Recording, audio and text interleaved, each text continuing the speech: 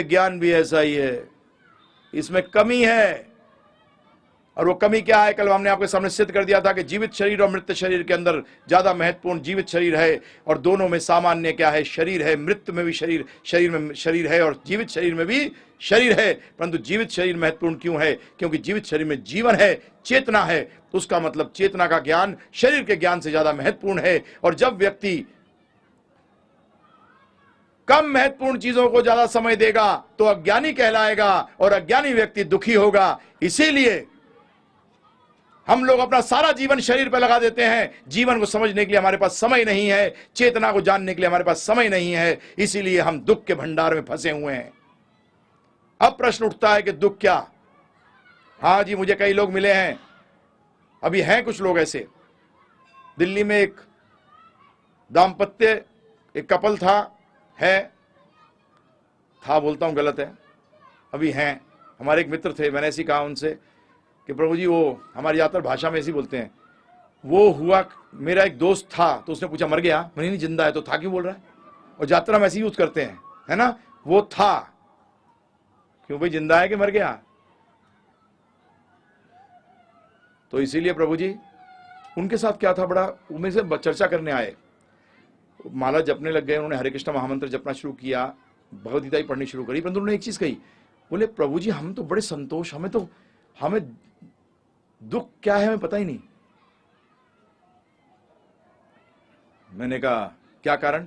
बोलते प्रभु जी, कभी इच्छा ही नहीं हुई ज्यादा पाने की, जितना आता रहा उसी में हम संतुष्ट होते रहे। सर्विस में मैं था, मुझे पता था टाइम फ्रेम के अनुसार प्रमोशन होगी, क्यों लड़ूं?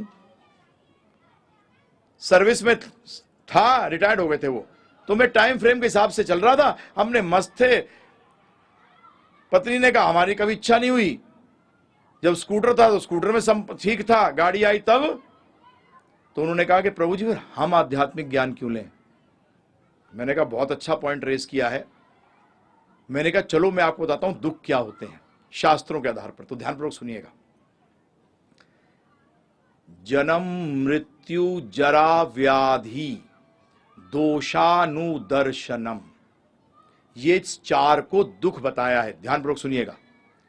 जन्म, मृत्यु, जरा, जन्म दुख है, मृत्यु दुख है, जरा तो बुढ़ापा। अकलमंद वो है, ध्यान रखिएगा, जो दूसरों की गलतियों से सीखता है, खुद गलती करके नहीं सीखता। और चौथा है व्याधि। व्याधि तो प्रॉब्लम सबको है जीवन में। ये चार को दुख बताया गया है। जन्म को दुख अब आपके सामने रख रहा हूं। एक चीज समझा दे दूं पहले, क्योंकि ज्यादातर मैंने हिंदुस्तान में बड़ी अजीब चीज देखी है। जब हम भगवत गीता बोलते हैं तो लोग सोचते हैं भागवत बोल रहे हैं। आपकी जानकारी के लिए, भगवत गीता और भागवत दो अलग अलग ग्रंथ हैं। अब ध्यानपूर्वक सुन लीजिएगा इसको। भगवत गीता श्रीमद् भगवत, और वो है श्रीमद् भागवत, आ लगा हुआ है वहां। यह है श्रीमद् भगवत। भगवत का मतलब भगवान, भागवत का मतलब भगवान का। भागवत का मतलब भगवान का, और भगवत का मतलब भगवान। तो भगवत गीता जो है वो भगवान का गान है, क्योंकि भगवान के मुंह से जो भी निकलता है वो गीत ही होता है। कई बार आप लोगों को भी कहते हैं ना, जब ये बोलता है तो ऐसा लगता है कि फूल झड़ रहे हैं ना प्रभु जी, क्योंकि उसकी भाषा ऐसी है जैसे काव्य जैसे बोलते हैं। तो इसीलिए गीत, भगवत गीता, और वो है श्रीमद् भागवतम, भगवान का। उसका मतलब भगवान के बारे में और भगवान से जुड़े हुए लोगों के बारे में। भगवान से जुड़े हुए कौन है? भक्त। अब आप कहोगे प्रभु जी, बाकी भी तो कुछ लोग होते हैं। रावण की भी चर्चा आई है 9वें स्कंद के अंदर, है जी। कंस की चर्चा भी आई है 10वें स्कंद के अंदर। तो ये तो भगवान से जुड़े हुए हैं ना, भगवान से जुड़े हुए हैं। तो ये भागवत और ये भगवत गीता, अभी चर्चा करेंगे इस पे। और तो ये भागवत ग्रंथ है, इसके तीसरे स्कंद के अंदर बड़ा शॉकिंग चीज है प्रभु जी। भागवत ग्रंथ हकीकत में भक्ति का ग्रंथ है, कृष्ण भक्ति का ग्रंथ है पूर्ण। उसमें और कुछ नहीं है। आज भागवत का विषय नहीं है, परंतु आप जो भागवत सुनते हो, मैं क्या बोलूं, वो एक मजाक है। भागवत का उपहास है। भागवत वो ग्रंथ है जो कि कहा गया है परमहंसों के लिए है। किसके लिए है? परमहंसों के लिए है। सतयुग में इसका नाम था परमहंस संहिता। क्या नाम था इसका? परमहंस संहिता। हंसों के लिए भी नहीं, किनके लिए? परमहंसों के लिए। तो एटलीस्ट सुनने वाले परमहंस और हंस नहीं हो, परंतु जो बैठकर वाच रहा है वो तो हंस होना चाहिए कम से कम, जो दूध और पानी को अलग कर सके।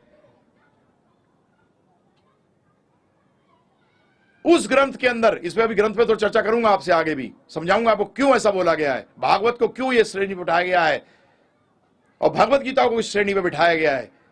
ये सब क्लियर है एकदम। भगवत गीता से बताऊंगा, सारे वेद एक नहीं है। वेदों में ज्ञान भी स्तरों पर है। ये सब समझ आपको गीता से बताऊंगा ये। तो भागवत के ग्रंथ के अंदर यह बताया गया है कि मां के गर्भ के अंदर एक जीव, एक बच्चा कैसे बड़ा होता है। और आज मेडिकल साइंस जो है वो अचंभित है कि इतना डिटेल जो हमें नहीं मालूम था, ये इस हजारों साल पुरानी पुस्तक, एक्चुअली वो हजारों साल पुरानी नहीं है, वो सनातन काल से है, क्योंकि भगवान के मुख से आई है। तो भगवान क्या है? सनातन है, इसलिए भागवत भी सनातन है। उसमें डिटेल है प्रभु जी, बड़ा क्लियर डिटेल है। उसमें कहा गया है, अब समझिए, जब इतना डिटेल सच है प्रभु जी, अगर 98 सही है तो 2 जो आगे 99 और 100 भी बताया गया वो भी सही होगा। इतना कॉमन सेंस तो लेके चले ना प्रभु जी, इतना सामान्य ज्ञान तो लेके चले। उसमें कहा गया है कि जन्म जो है वो बड़ा दुखदाई है। कैसे समझें, बताता हूं आपको, सुनिए। आप हकीकत में पूर्ण तरह भगवान की शरण में कब आते हैं? पूर्ण तरह प्रभु जी, जब बाकी आश्रय छूट जाते हैं। सही है। अब मैं एक्सट्रीम केसेस लेके बात करूंगा प्रभु जी, क्योंकि हम लोगों की हालत हो गई है। मैं परसों जब संडे बात कर रहा था तो ये उदाहरण पता नहीं भगवान ने दे दिया कि मैं बता रहा था कि तुम लोग आईसीयू में पड़े हो सबके सब। हाँ, भव रोग है और उस रोग के आईसीयू में हो। आईसीयू में क्या है कि बचने के चांसेस हैं। कई मर चुके हैं प्रभु जी, जो नहीं आए वो मर चुके हैं। वो मर चुके हैं, जो आए हैं और सुन रहे हैं वो आईसीयू में है, हालत खराब है बहुत। और आईसीयू में ट्रीटमेंट क्या करी जाती है प्रभु जी? अगर 50 लगाने पड़े नीडल तो भी ठोक दिए जाते हैं। तो मैं कई जगह बताया था आपको, सत्य बोलूंगा तो कई जगह हिलोगे, परंतु इसीलिए हिलाने की कोशिश कर रहा हूं कि जग जाओ। इसीलिए हिलाने की कोशिश कर रहा हूं क्योंकि हमारा नारा क्या है? जीव जागो। क्योंकि यह नारा चैतन्य महाप्रभु ने दिया था।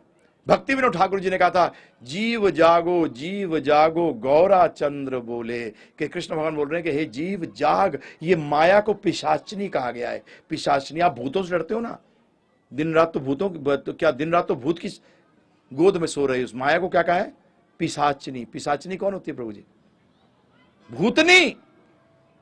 इस भूतनी स्वरूप माया के गोदी में सो रहे हो, उठो। तो कई बार प्रभु जी प्यार से जब उठता नहीं व्यक्ति तो क्या करना पड़ता है?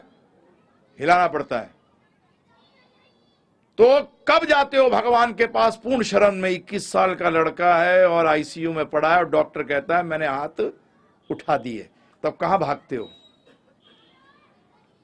जब कोई सहारा नहीं होता फिर भागते हो भगवान के चरणों में। बोलोगे ये क्यों बोला प्रभु जी? अब सुनो, भागवत बताती है कि मां के गर्भ में हम लोग एक पुटलिया के अंदर पड़े हैं। हम लोग की हालत यह है, औंकड़ू पड़े हैं, अंधकार है और अंदर कीड़े हैं जो कि काट रहे हैं। मां जरा सा गलत खा लेती है तब बच्चे की हालत अंदर खराब हो जाती है, और जब वो चीखता है तो सुनने वाला कोई होता नहीं, क्योंकि उस गर्भ की जो पोटली है उससे बाहर आवाज जाती नहीं, अपनी आवाज खुद को सुनाई देती है।